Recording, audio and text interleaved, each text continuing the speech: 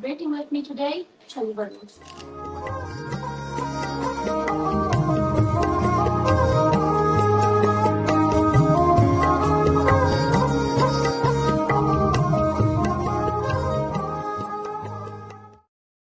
Everyone,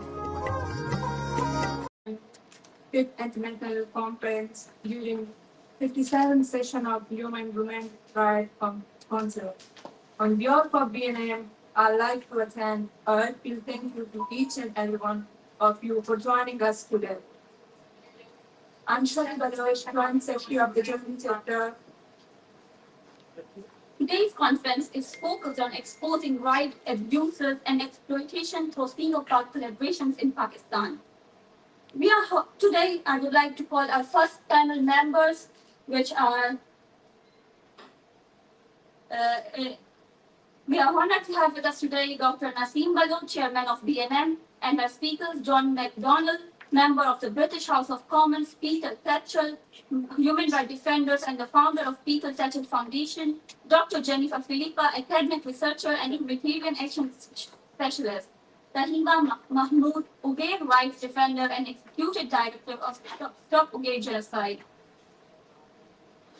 We also have with us today Afras Yab Khattab, Pashtun journalist and a human rights defender, Dr. Naseem Dashti, Balochistan historian, writer, and a president of Baloch Human Rights Council, Francisco Marina, defender, Iman Mazari, who is a lawyer and a human rights defender, Dr. Nakul Hana, General Secretary of World Sindhi Congress, Jafar Mirza, researcher and PhD candidate at King's College London, and Halina, Associate with Peace for Asia, Fazlur Rahman, Head of PTM Europe Committee. In addition to our speaker, we are excited to have senior experts joining us virtually today. We have scheduled break throughout the day and we will conclude at 5 p.m. As part of today's event, we would like to call Niaz Baluch to play a documentary which will give and consent to our ongoing discussion about Balochistan. Yeah.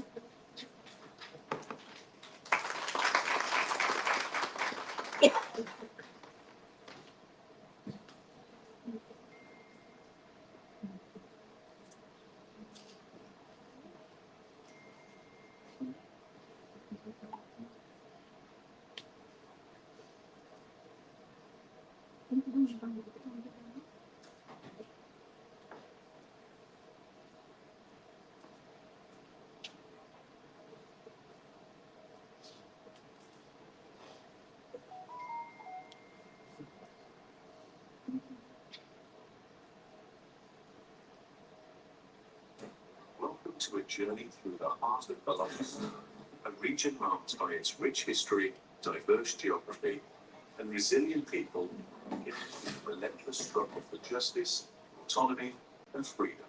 Sorry, just give me a second.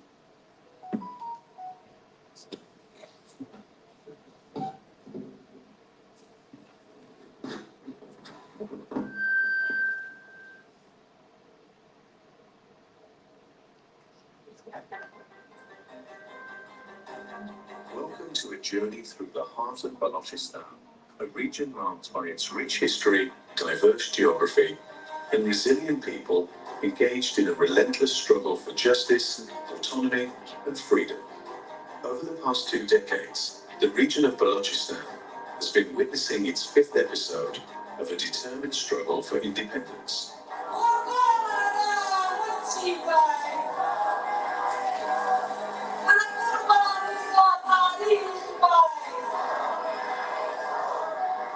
This current phase stands as the largest, most intense, and uniquely distinct from its predecessors in nature.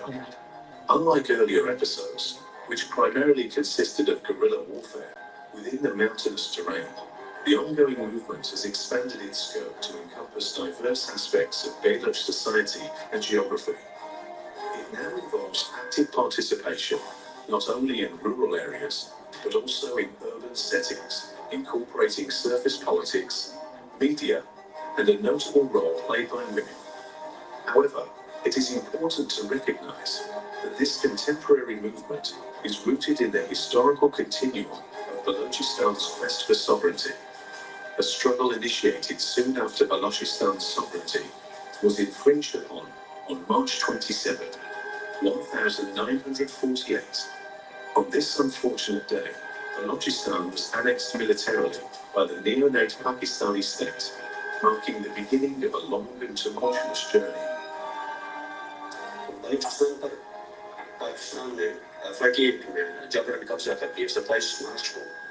Situated at the eastern extremity of the Iranian plateau, is presently divided nearly equally between Pakistan's Balochistan province and Iran's sister Balochistan province. सबसे बड़ी जरूरत यह है कि पाकिस्तान की कब्जे और उसकी गुलामी से बलूच को निजात दिलाया जाए. Pakistani occupation of Balochistan. The tumultuous relationship between Balochistan and the Pakistani state has its roots in the very formation of Pakistan in 1947. 3 months before Pakistan's establishment, Muhammad Ali Jinnah, often referred to as the founder of Pakistan, engaged in negotiations for the freedom of Balochistan from British rule by acting as a hired lawyer for the Khan of Kalat, the ruler of Balochistan. The discussions around Balochistan's relationship with Pakistan became a critical issue. This led to a series of meetings involving the Viceroy, Jinnah, and the Khan of Kalat. Initially, a communique dated August 11, 1947, recognized Kalat as an independent sovereign state with distinct treaty relations with the British government. The current struggle for self-determination in Balochistan has gained momentum in recent years, fueled by a deep-rooted desire for autonomy, justice, and the recognition of the Baloch people's rights. This ongoing movement reflects the resilience and determination of the Baloch people to secure a better future for themselves and their land. The situation in Balochistan is marked by severe human rights violations that demand the attention of the international community. The systematic abuses and disregard for human rights have not only caused immense suffering for the Baloch people, but have also raised alarms about the need for urgent intervention to address these issues. Abduction, enforced disappearances, and killings. One of the most alarming aspects of the situation in Balochistan is the alarming frequency of abductions and enforced disappearances. Baloch activists, intellectuals, students, lawyers, journalists, and other individuals have been subjected to these horrific practices, often carried out by Pakistani security forces.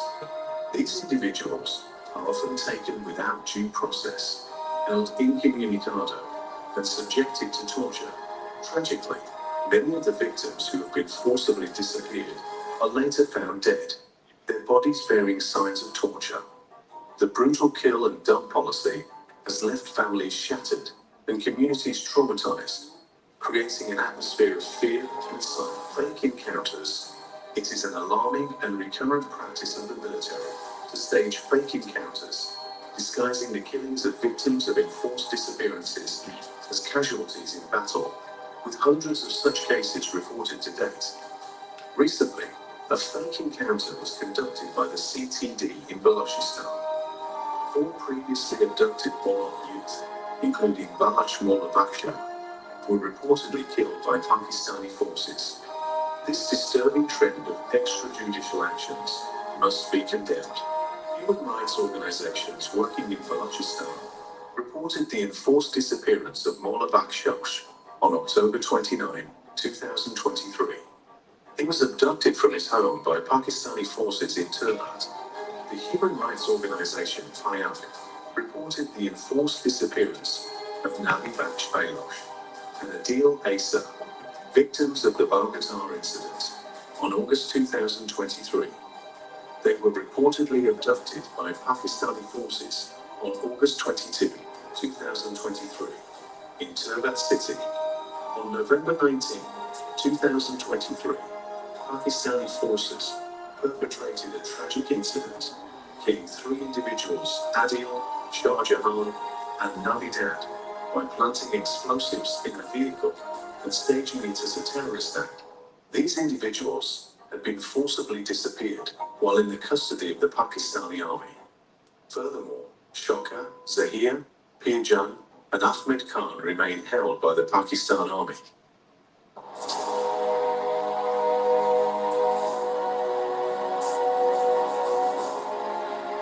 In the heart of Balochistan, a powerful movement for unity and resistance is taking shape.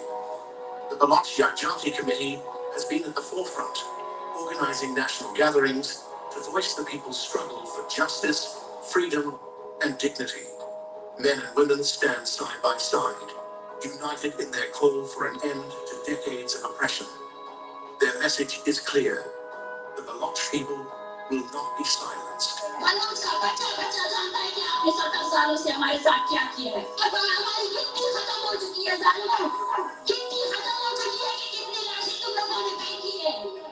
But on this day, their peaceful demonstration was met with brutal force. The state responded with violence, aiming to crush their voices. As security forces stormed the gathering, chaos erupted. In a shocking display of aggression, 3 lives were lost and dozens of others were left injured, victims of the state's harsh crackdown. But even in the face of death and violence, the Baloch people stood tall. Baloch women and men resisted this oppression with unwavering courage, refusing to be silenced.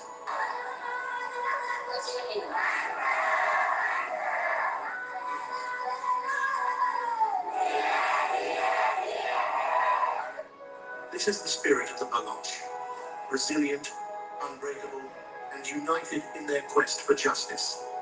The Baloch Jati Committee, like the Baloch people, will not be deterred by the state's oppressive tactics.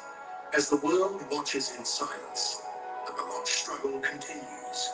Their fight for freedom, equality, and peace remains undaunted, carried by the hearts of those who believe in justice.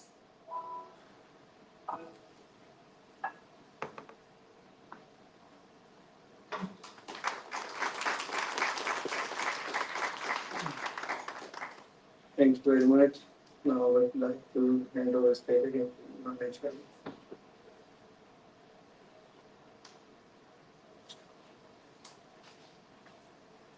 This documentary showed us how our country, how our Balochistan was taken over, how since then our people there have been struggling. It's sad to see us history full of pain. It's heartbreaking to see how the people in Balochistan are still suffering, families being torn apart, people gone missing and living in constant fear. Now I would like to go forward with our first panel of speakers, and I would like to call them on stage. Jafar Mirza, Habib Rahman, Fazal Afridi, Dr. Lakuluhana. Please come on stage.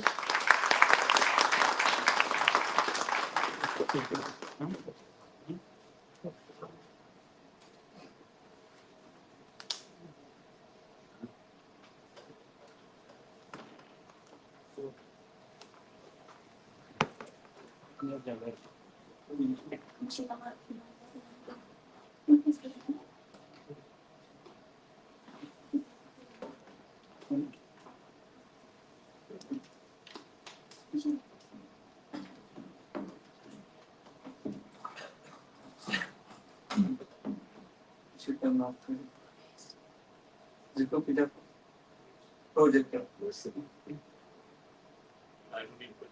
No, the light. It's coming in. Oh, it's.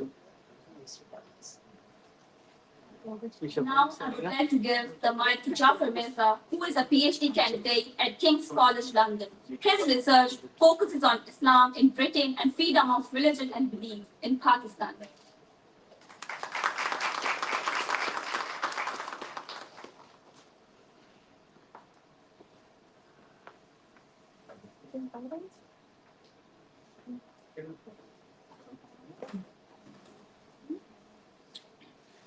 Thank you so much, Minat. I'm thankful to BNM for inviting me to this conference, and congratulations for organizing yet another international conference. So I am a researcher and I focus on freedom of religion and belief in Pakistan and violence against religious minorities. My PhD focuses on Islam in Britain, where I am documenting the post 1945 Shia history in Britain. I think most people in the room already know about the issues and human rights violations in Pakistan. Almost all ethnic groups are the victim of state violence and repression. Similarly, all religious minorities face discrimination and violence on a daily basis.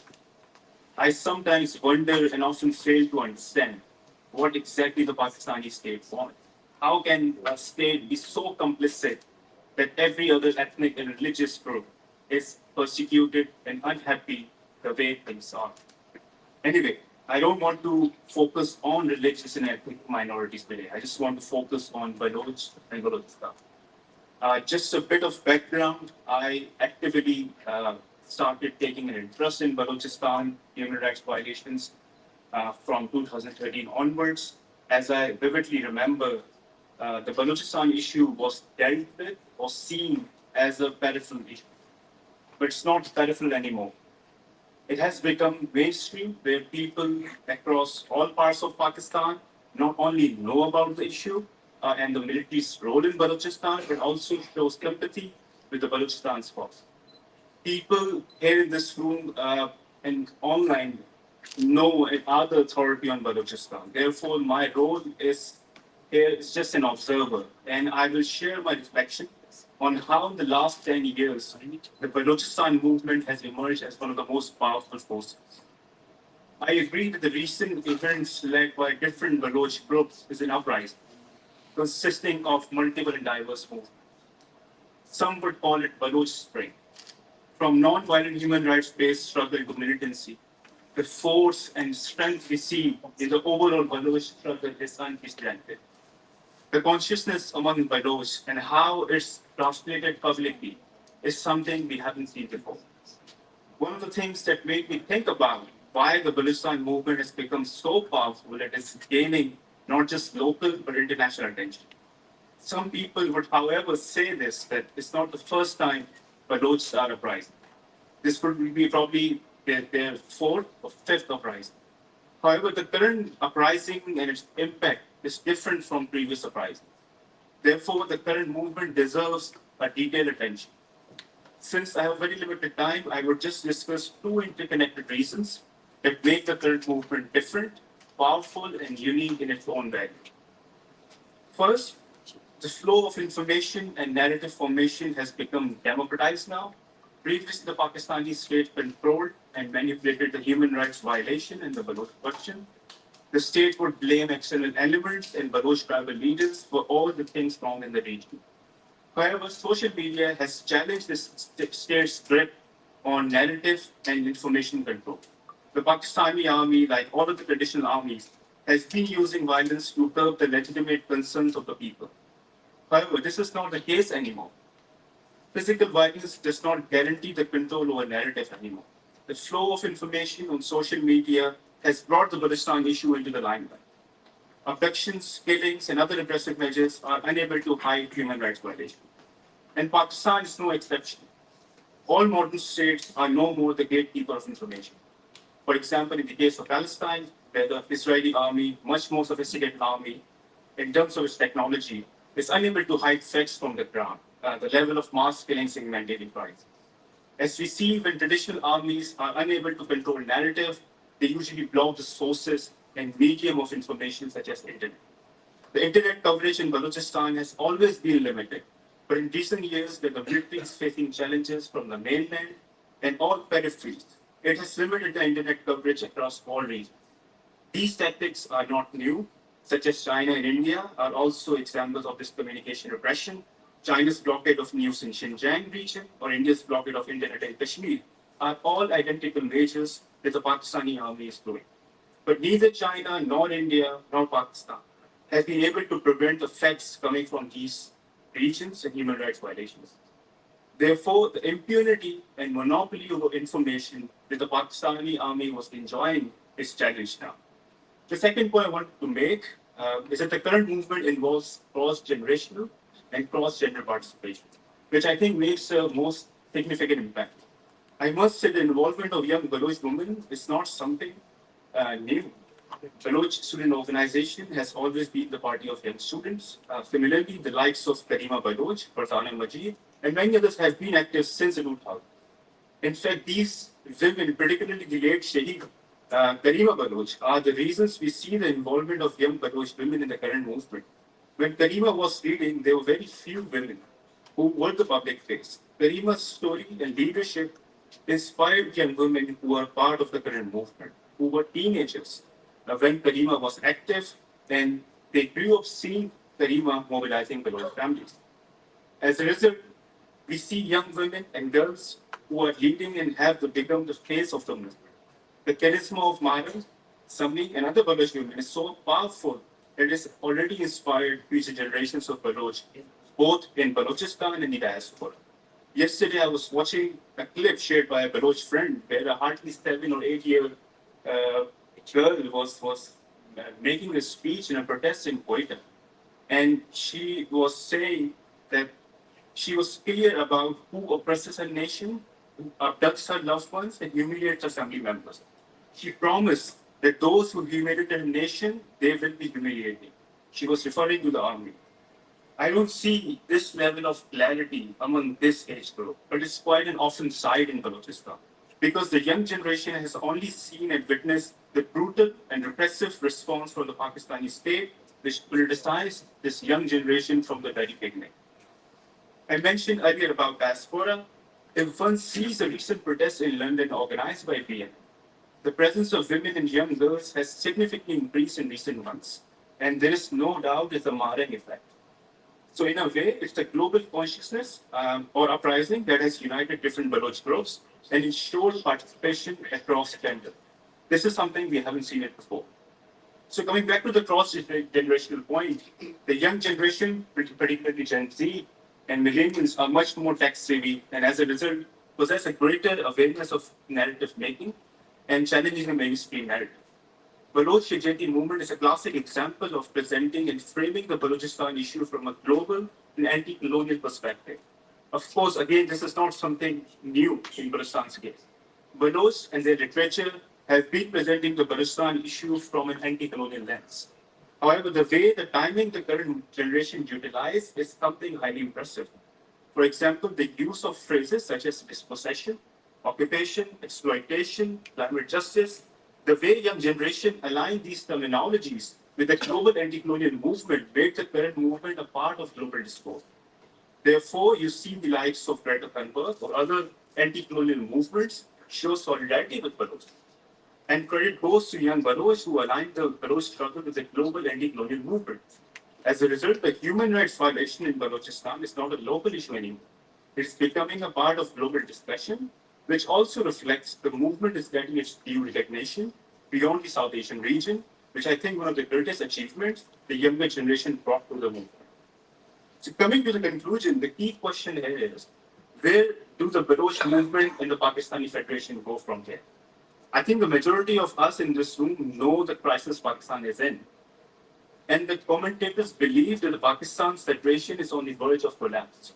In fact, some would say the belief in the project or idea of Pakistan is now limited to Sindh and Punjab. A recent BBC News reports claims that the Balochistan is no longer in the grip of Pakistan. I'm not an expert on armed insurgencies. Therefore, I don't know how or whether the recently reinvigorated Baloch insurgency poses an essential threat to Pakistan.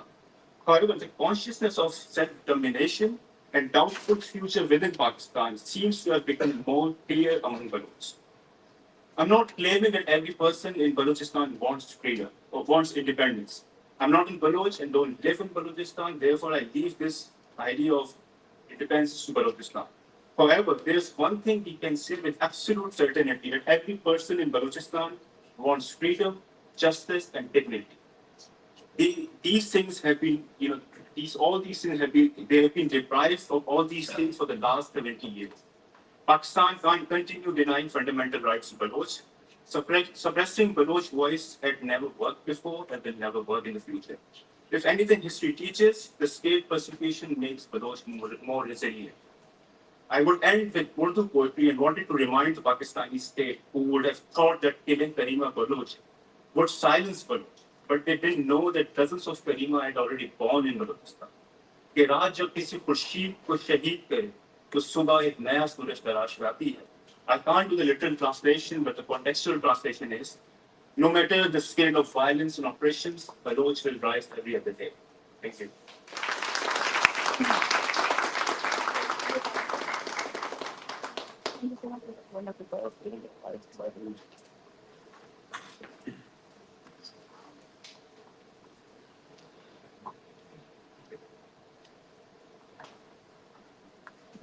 Thank you so much, Lisa, for your wonderful poetry and your caring thoughts and knowledge.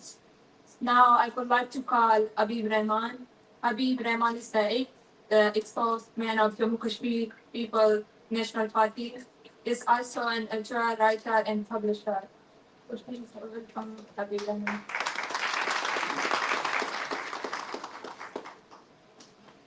Thank you for having me here. Participate in this event. I'm not very good in English. Maybe I try to communicate my words in the Urdu and English. Can your house allow me for this? Yeah. There's this greatness for me. I'm standing on the people from the Balochistan who want their own homeland, which is occupied by Pakistan military. We have the similarity as we take of myself. I am from state of Jammu Kashmir, which is part of occupation under the Pakistan, which is called AJ Camp Delhi. The first attempt Pakistan existed attack home over land, October 22, 1947. In spite of there is the agreement between our Raja, Maharaja Hari Singh and Muhammad Ali Jinnah. There is agreement, peace agreement, standstill act. Pakistan signed that agreement, they violated that agreement, then they attack on our state, the killing of people, burn the property, and there is a lot of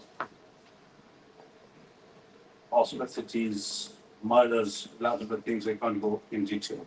The second attack, Pakistan, Balochistan, in March 27, 1948. This true event, and very initially Pakistan, when created by Pakistan, is not the result of any people's struggle. Pakistan is the result of the divide of the subcontinent, which is done by the British government. After creation of this country, they attack first us and then second us. Forced an accident. And even you have Balochistan and Pakistan have any agreement which is maybe fake. Not, but we do not have any agreement with Pakistan. No any signatory, no anything. But Pakistan presence there, occupied Pakistan army, everything is controlled by Pakistan army. This is the factual, but nobody knows about this. थोड़ा सा उर्दू में बात करूं कि बलूचिस्तान का और हमारा एक ताल्लुक है मजलूमियत का, दुख का, गम का. हमारे ऊपर भी 1947 में 22 अक्टूबर को हमारे ऊपर अटैक किया गया, हमारी रियासत पे हमला किया गया, ख्वातीन को, बच्चों को मारा गया, कत्ल किया गया, प्रॉपर्टीज जलाई गई, लूटी, इवन अप टू श्रीनगर. और अक्टूबर 27, 1947 को महाराजा जो था हमारा कश्मीर का, उसने हिंदुस्तान के साथ एक एग्रीमेंट किया एक्सेशन का, जो कंडीशनल था. उसके बाद इंडियन फोर्सेस वहां दाखिल हुई, then overnight goes in the UN, और फिर जाकर वहां पीस हुई और वो कंफ्लिक्ट अभी चल रहा है. रिसेंटली जो चीजें हमारे यहाँ डेवलप हुई हैं, एकदम not going to go down history, but in short, in May 2023, there is the protest, the movement of the People Rights Movement under the People's Action Committee, Awami Action Committee, for their basic rights, utilities like this, hiking of the prices of the electricity and that. So लोगों ने protest किया उस पे, जो start हुआ 11 को, और 13 مئی 2024 کو مظفر آباد میں the youth people are gathered there and government Pakistan accept the demands of the people. انہوں نے مطالبات مان لیے, نوٹیفکیشن جاری کر دیا. At the same time Pakistan rangers وہاں پہ آئی اور پیسفل لوگوں کے اوپر گولی چلائی اور 3 نوجوانوں کو مار دیا. 3 young guys were killed by the Pakistani Rangers in Muzaffarabad, May 13, 2024. This is the occupation. And 2 days before, I received the list of the 20 people who are listing Islam through the Bureau of Fire. And nobody knows about those people. No any FIR, no any report, nothing. Even جو 3 لوگ 13 مئی 2024 کو مظفر آباد میں day bright مارے گئے, ان کو قتل کیا گیا پاکستانی رینجرز نے. Even until now, no investigated, no any report, no any FIR is there. This is the occupation, one kind of the occupation with Pakistan playing a role in our whole region, and particularly in our state, which is the comparative Pakistan. Balochistan, ہم بلوچستان کی moment کو justified, منصفانہ اور انصاف پر مبنی آزادی کی تحریک سمجھتے ہیں. ہم جب کوئی قوم اپنی آزادی کا سوال اٹھاتی ہے تو وہاں پھر اور بٹس میں نئی چیزیں لے جاتی ہیں کہ ہیومن رائٹس ابیوز ہو گیا, یہ فلاں ہو گیا, یہ فلاں ہو گیا. نہیں, جب آپ آکوپیشن کو چیلنج کرتے ہیں تو پھر آکوپائر آپ کے تمام رائٹس کو پروٹیکٹ کر دیتا ہے, ان کو وہ کر دیتا ہے. تو آج ہم جہاں بلوچستان کی آزادی کی تحریک کے ساتھ ہمارا ویسے بھی بہت گہرا تعلق ہے. میرے بے شمار دوست کامریڈس, میرے کلاس فیلو, میرے ذاتی دوست جو بلوچستان کی اس تحریک میں تھے, بے شمار کی لاشیں ملی ہیں جلی ہوئی, دوستوں نے مل کر وہ پیغام پہنچایا ہے. I visited Balochistan from Las Vegas to 1 month in 2013 میں جب زلزلہ آیا تھا. I was there. I am the first responder of Balochistan earthquake. یہ سارا میں نے مشقے سے لے کے آواران سے لے کے یہ پورا ایریا میں نے وزٹ کیا. I met the people, I met the students, I met the teachers, and the common members of laborers. So ہم بلوچستان کے پاکستان کا قبضہ سمجھتے ہیں, اور ہم یہ سمجھتے ہیں کہ اس خطے میں بسنے والی تمام قوموں کو, وہ پشتون ہوں, تو سندھ کے لوگ ہوں, سندھی ہوں, یا ہماری اسٹیٹ آف جموں کشمیر, ہم سب لوگوں کو اس ایک انتہائی خونخوار ملک جو ہے جس کے دانتوں پہ صرف خون لگا ہے, جو اپنے پڑوسیوں کو, اپنے سے کمزوروں کا خون نوچتا ہے, لوٹتا ہے, پیٹتا ہے, اس سے سکون آتا ہے. یہ وہ ملک ہے پاکستان. اس کے خلاف ہماری ایک مشترکہ جدوجہد بنی. آج میں بلوچستان نیشنل موومنٹ کے دوستوں کو مبارک بھی دیتا ہوں اور خوشی کا اظہار کرتا ہوں کہ انہوں نے ایک انٹرنیشنل فورم کا انعقاد کیا جس میں ہم سارے لوگ یہ مل کے بیٹھ کے بات کر سکیں کہ یہ جو ملک ہے پاکستان, ہمیں کسی انسان سے نفرت نہیں ہے. پاکستان کے بسنے والے کسی انسان سے ہم نفرت نہیں کرتے. We love all the people, all over the world. But جب ہمیں قتل کرو گے, ہمارے وسائل سے چھین لو گے, ہمیں در در کی ٹھوکریں کھانے کو مجبور کرو گے. میں ایک ویڈیو دیکھ رہا تھا جو سوئی کے قریب ہے. ایک بچہ لکڑیاں لے کے جا رہا تھا. ایک ساتھی اس سے پوچھتے یہ لکڑیاں کہاں لے کے جا رہے ہو؟ اس نے کہا گھر لے کے جانا چاہتا ہوں, شام کو اس سے روٹی پکائیں گے. اس نے کہا وہ گیس نہیں نکلتی یہاں سے. اس نے کہا وہ ہے پائپ جو پنجاب جا رہا ہے. ایک بچہ تھا 8 سال کا, اس نے ایک صحافی کو یہ دعا. دس از دا فیلنگ. وہ جو اندر انسان کی محرومی ہے. غلامی کیا چیز ہوتی ہے؟ غلامی یہی ہے کہ آپ اپنی مرضی سے سوچ نہ سکیں, اپنے وسائل کے اختیار نہ رکھ سکیں, اپنے فیصلے خود نہ کر سکیں. اس کا یہ غلامی بالکل صحیح ہمارے پاس ہے. ہم چونکہ پاکستان کے معاشرے میں ہیں, وہاں پاکستانی فوج ہمارے چار. ایون ایوری ڈسٹرکٹ جو ہمارا ڈپٹی کمشنر ہے under local army, Pakistan army officers, the work there under their instruction. آج میں یہ سمجھ رہا ہوں کہ اس موقع پہ جہاں میں دوست خواتین کو اس موقع پہ بہت سلام پیش کرتا ہوں کہ جب ان عورتوں نے دیکھا, لوج بیٹیوں نے, کہ ہماری مردوں کو مارا جا رہا ہے, ان کی لاشیں مل رہی ہیں, کسی کی مسعود شدہ لاش ہے, لاپتہ ہے 30 سال سے 25 سال سے, تو پھر ان عورتوں نے ہاتھوں پہ چوڑیاں نہیں ڈالی, پھر انہوں نے وہ زیور نہیں پہنے, ان کے سر پہ جو دوپٹہ تھا اسے انہوں نے اپنا پرچم بنا دیا اور اپنی بلوچستان کے لیے کھڑی سے باہر نکل. یہ ہے کسی قوم کا طاقت کے ساتھ اپنی آزادی کے سوال کو اٹھانا, اپنی زمین سے غیر مشروط محبت کرنا اور اپنے لوگوں کے ساتھ غیر مشروط وفاداری کا احساس. اور میں بلوچستان کی خواتین کو اس موقع پہ بہت زیادہ خراج پیش کرتا ہوں کہ انہوں نے آزاد بلوچستان کی آزادی کی تحریک میں اپنے دوپٹوں کو اپنے پرچم بنایا, اور یہ پرچم ان کو آزادی سے ہمکنار کرے گا. لیکن اس کی یہ شرط ہے جو بلوچ جہاں بھی کوئی بلوچ رہتا ہے وہ پھر کھڑا ہو اپنے بلوچستان کے لیے, وہ اکیلا بھی ہو تو بلوچستان کا سوال اٹھائے. اسی طرح میں سندھ کے دوستوں سے بھی اپیل کروں گا, پشتون دوستوں سے بھی اپیل کروں گا کہ ہم سارے لوگ, ہم پاکستان توڑنا نہیں چاہتے, ہم اس کو مارنا نہیں چاہتے, کیونکہ ہم اپنی بقا کی جنگ لڑیں کہ چوس کے ہاتھ میں بندوق ہے وہ ہمیں قدم پہ قتل کر. They murder us, they kill us, they looted over all resources. وہ ہماری سب چیزیں ہم سے چھین رہے ہیں, ہم سے لوٹ رہے ہیں. تو پھر ایسی کیفیت میں ہماری مشترکہ جدوجہد بنتی ہے کہ ہم اس ظالم ریاست سے جان چھڑائیں, ہم اپنی آزاد ریاستوں کو قائم کریں اور پوری دنیا کے لیے امن کا پیغام دیں, اور ان خطوں میں ہم ایک ایسا نظام حکومت تشکیل دیں جس کے ریسورسز ہمارے لوگوں کے کام آئیں, لوگوں کی زندگیوں میں خوشی آئے, خوشحالی آئے, قتل غیرت اور استحصال اور جبر افراط سے ہم سب کو چھٹکارا ملے. اس کے دو راستے ہیں, ایک عوامی تحریک ہے جو بلوچستان میں چل رہی ہے, بہت بڑے پیمانے پہ عوام اس میں شریک تھی, کیونکہ میں کریمہ جس کو قتل کر دیا گیا, میری ان سے twice I met her twice in Karachi, and second جب میں سمیع وغیرہ سے بھی میری ملاقات ہوئی جب اسلام آباد میں انہوں نے بلوچ مسنگ پرسن کا کیمپ لگایا تھا. I was there, ان کے ساتھ یکجہتی کے لیے ہماری پارٹی کی طرف سے ہمارا ڈیلیگیشن پورا گیا تھا.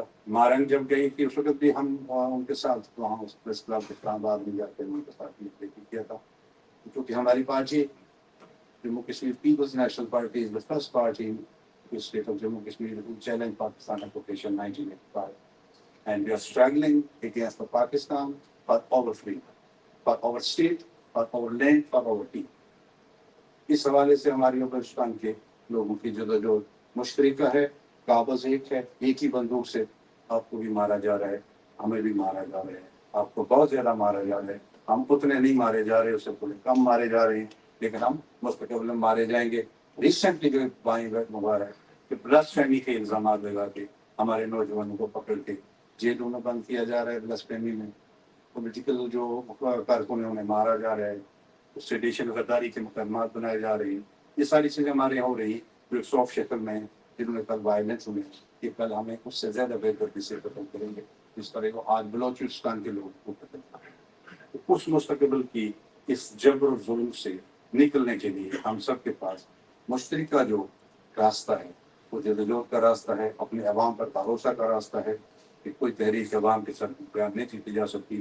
بلوچستان کے عوام اپنی آزادی کے لیے نکل گئے ہیں, ہم ان کی حمایت کرتے ہیں اور توقع کرتے ہیں کہ جب ہم لڑیں گے اور جب ہم لڑ رہے ہیں تو ہم بھی بلوچستان کے عوام کی یہ توقع کرتے ہیں کہ وہ بھی ہماری اس بروٹل ریاست سے جان چھڑانے میں ہمارے ساتھ یکجہتی کا اظہار کریں.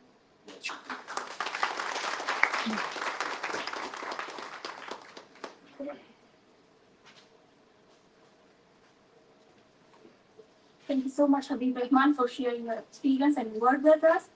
Now I would like to call Fazlur Rahman Afridi, who is the president of the IRESK and the head of the PTM European Committee in International Advocacy and Foreign Affairs. Thank you.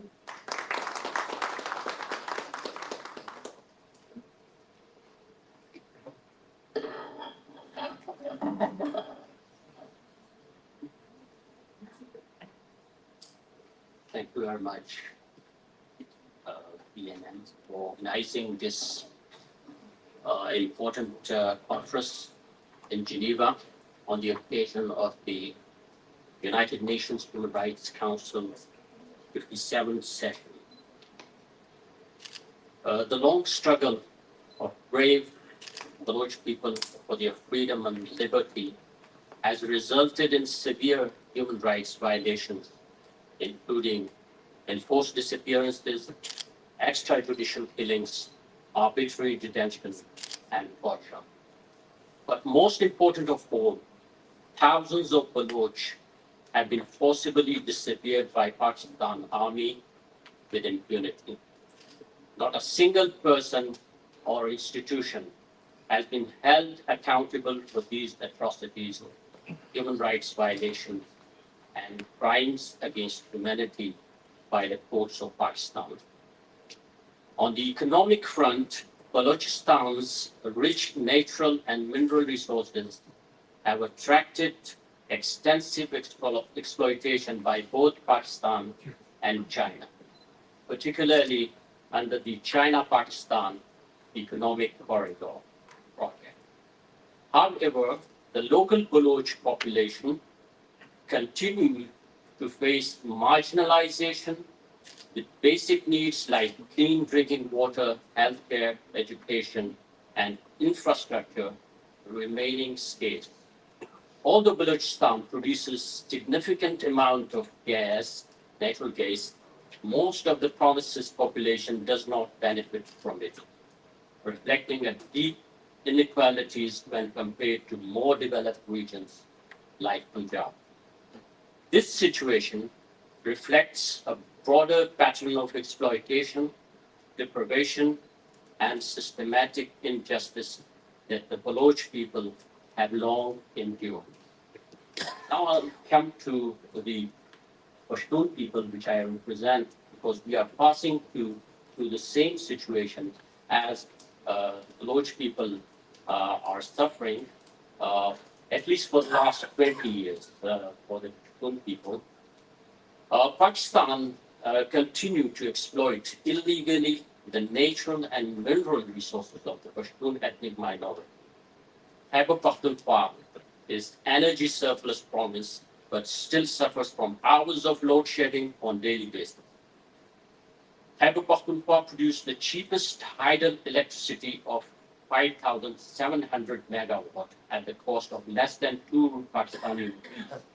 But the same electricity is resold to them at 70 rupees, and even the royalty guaranteed by the Constitution of Pakistan is not paid to the province. Pakhtunkhwa provides more than half of the oil produced in Pakistan, but the oil refineries are located in Punjab, which deprive the Pashtuns of thousands of jobs and revenue.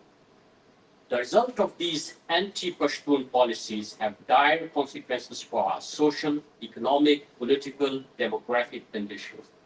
With no industry, jobs, and perspective in our own land, more than 10 million Pashtuns are forced to migrate to other countries to earn their livelihood. Rather than giving our rights to our on our natural resources, Pakistan is involved in target and extrajudicial killings of Pashtuns. Pakistan has imposed a ban on Manzoor Ahmad Pashtun and 29 other prominent members of Pashtun Tahaffuz movement to enter Balochistan, which violates international law and the Constitution of Pakistan. The main reason for imposition of this ban on the movement of Manzoor Pashtun and other activists appears to be driven by the fear of the government of Pakistan over the planned grand jirga of Pashtuns on October 11 to open a dialogue on the gross human rights violations committed against Pashtun ethnic minority in Pakistan and devise a comprehensive strategy aimed at protecting the social, political, economic, and cultural rights of Pashtuns just like yours. The protest sit-in by the acting police officers in Khyber Pakhtunkhwa against the presence of Pakistan Army in several districts of Khyber Pakhtunkhwa highlights significant tensions and grievances between the local law enforcement and the military.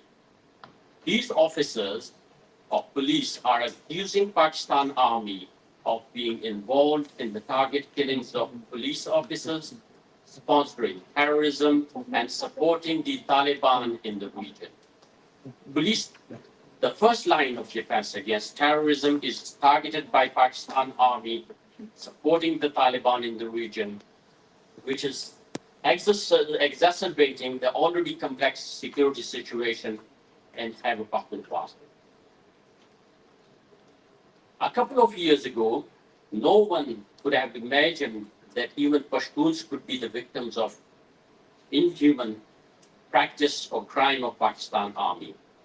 It was due to the emergence of Pashtun Tahaffuz movement, which informed the international community and institutions like United Nations through active diplomacy.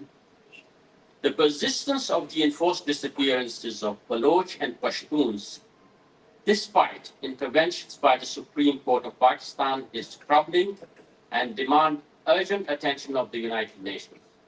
On January 1st, 2024, a three-member bench of Supreme Court of Pakistan heard the petitioners and ordered a commission of inquiry on enforced disappearances to submit a detailed report of missing persons in Pakistan. The COIED, the Commission of Inquiry on Enforced Disappearances, in reply to Supreme Court order, reported 10,078 cases of enforced disappearances in Pakistan. Out of 10,078 cases presented to the Supreme Court of Pakistan by the Commission, 3,485 cases of enforced disappearances were reported in Khyber Pakhtunkhwa, as compared to 2,752 cases in Balochistan, which means that the Pashtun missing persons are the highest according to that report. As we know, the missing persons in Balochistan are higher than that. They are not documented by this commission. The so-called champions of the human rights in Pakistan, like Human Rights Commission of Pakistan and Amna Masood Janjua, chairperson of the Defense of Human Rights, Pakistan, never raised the issue of enforced disappearances of the Pashtun people in Pakistan. So it's really ironical. And we estimate that we are talking about the Enforced Disappearances Commission. But in reality, the missing persons, the Pashtun missing persons, are more than 32,000. Because during the war on terror, a lot of people were killed and there are a lot of people who are missing. The Pashtun ethnic minority is systematically oppressed by Pakistan. In the last 20 years during the so-called war on terror, Pakistan has committed gross human rights violations, including forced disappearances, extrajudicial killing, arbitrary detention, and torture. Pakistani military killed 80,000 innocent Pashtuns by using F-16 jet bombers, helicopter gunships, and heavy artillery. More than 200,000 houses, 25,000 shops, and infrastructure of former Fatah and Khyber Pakhtunkhwa completely destroyed by Pakistan Army. The Taliban fanaticism, we are still stuck between Taliban fanaticism to our west and Pakistani Punjabi militarism in the east. In this regard, we have been in contact with the different working groups of the United Nations Human Rights Council and submitted the cases of enforced disappearances, extrajudicial killing, and torture under UNHCR, Human Rights Council, special procedures. Thanks to the UN Human Rights Council working groups and special rapporteurs that they have communicated our grievances to the government of Pakistan in a very emphatic manner. And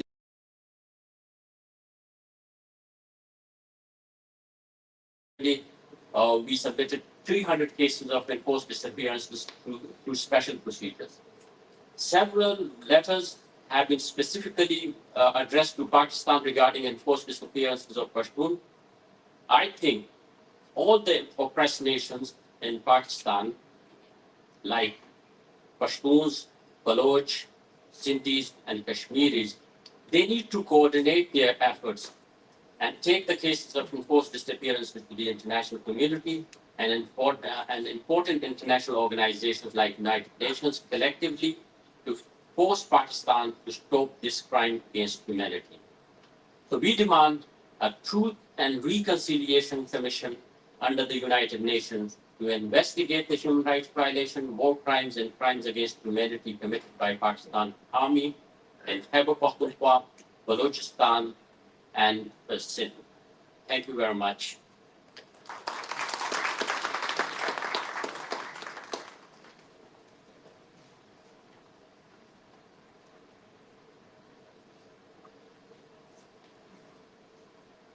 Thank you so much, Azulur Rahman and TV. Now I would like to call Dr. Lakuna Hana on his stage. Dr. Hana is the Secretary General of the World Sindhi Congress. He has been campaigning for the free Sindhu Desh of the case and actually be a strong supporter of the Baloch national struggle. Thank you. Thank you very much, BNM. Thank you very much, friends. There is a saying, there's nothing permanent. The only thing that is permanent is change. The 77 years of occupation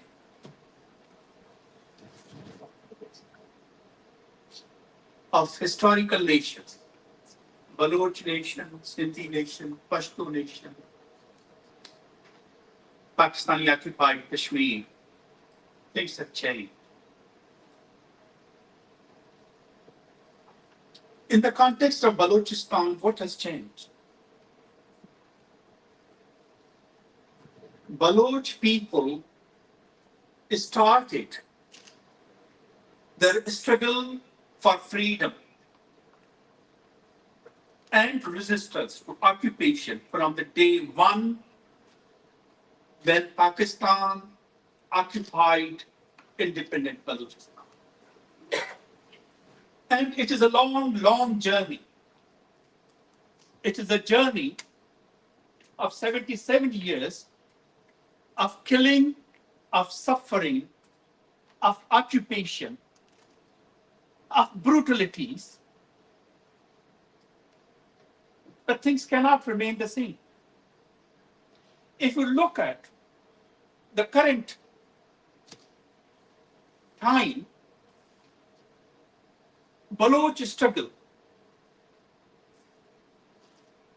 has become really mature and recognized, and its profile worldwide has grown. And the only credit of that goes to the sacrifice of the Baloch nation, the Baloch people. And their unwavering faith that this is our land, this is our motherland, and nobody else, only we can get it free. And it is our right. Freedom is a fundamental human right, and it's to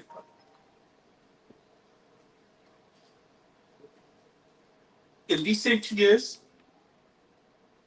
the Baloch struggle has spread to the grassroots level. Look at basically, these protests and the recent protests, is something really very strange. Because in Baloch societies, which is generally considered to be conservative, there are thousands and thousands of women and led by women. This is really very, very unique. Don't underestimate this.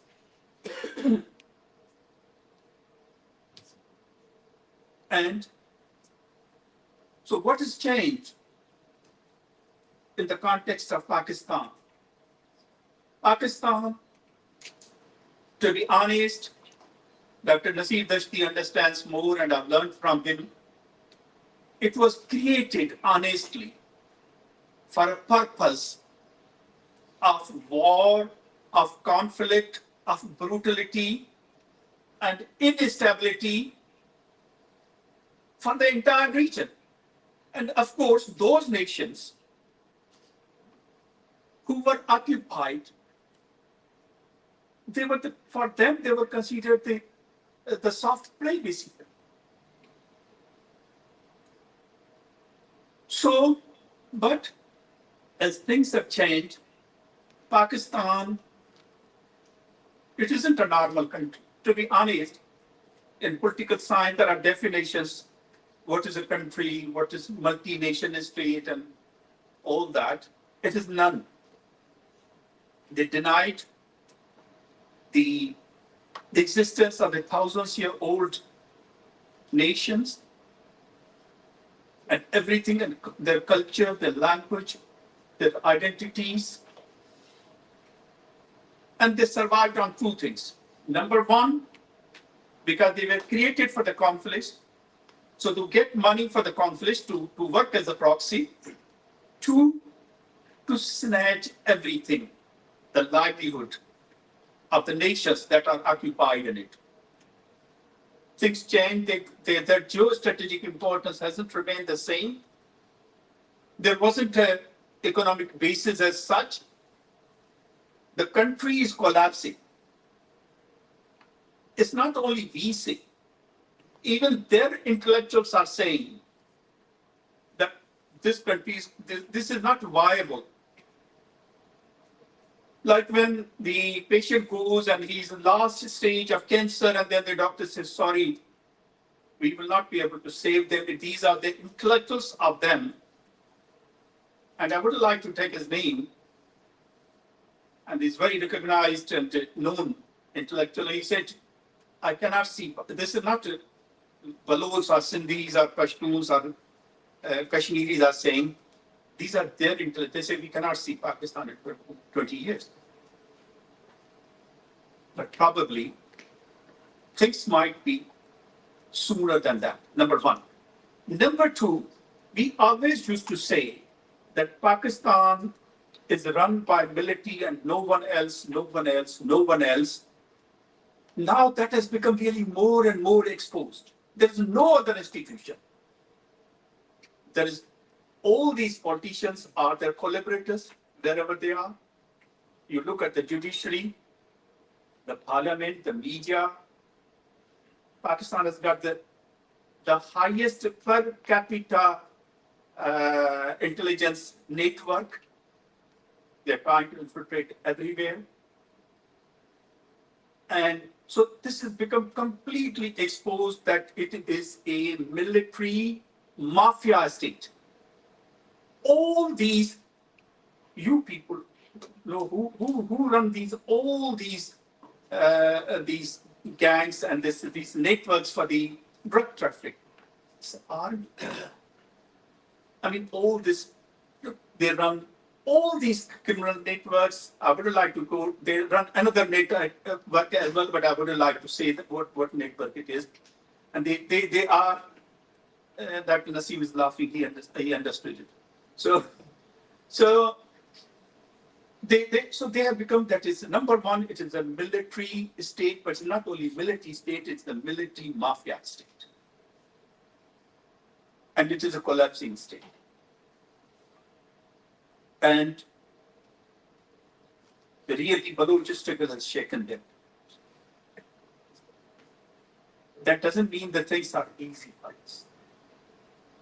Because as this brutal state is losing its grip on the power, it is becoming more brutal. It is becoming more ruthless. They don't care. We come here and talk about enforced disappearances, extrajudicial killings, and this, and they don't mind on this. All over the world now, they have been carrying these genocides for centuries. These are the same people. So it is not something new, and they don't bother and they don't care about it, and they will continue. It is only our duty, no one else, to save our people. And we say, save our people, we live in a world. We live in a global system. Because if you look at even any struggle, even in the past of freedom, the nations need friends.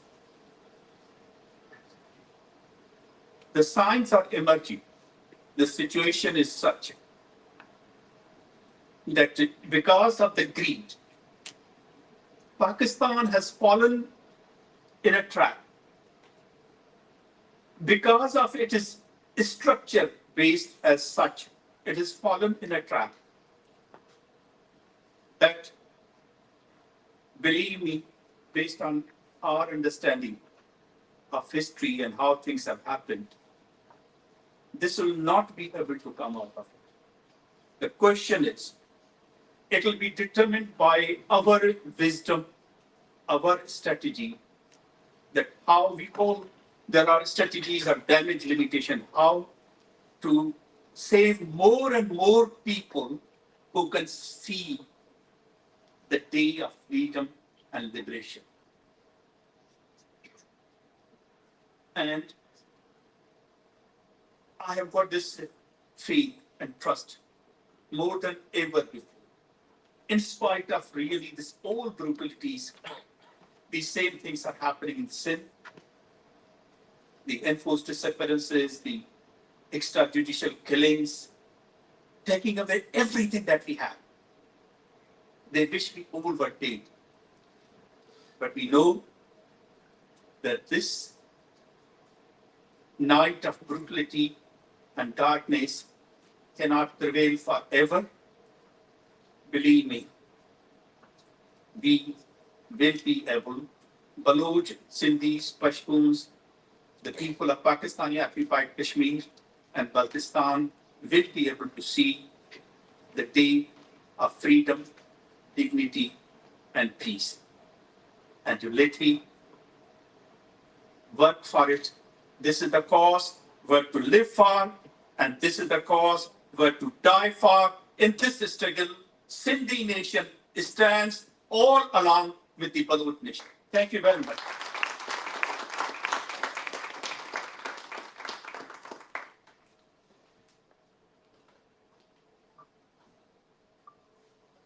Thank you so much, Dr. Lucky Ruhana, for sharing your words and support for Baloch people.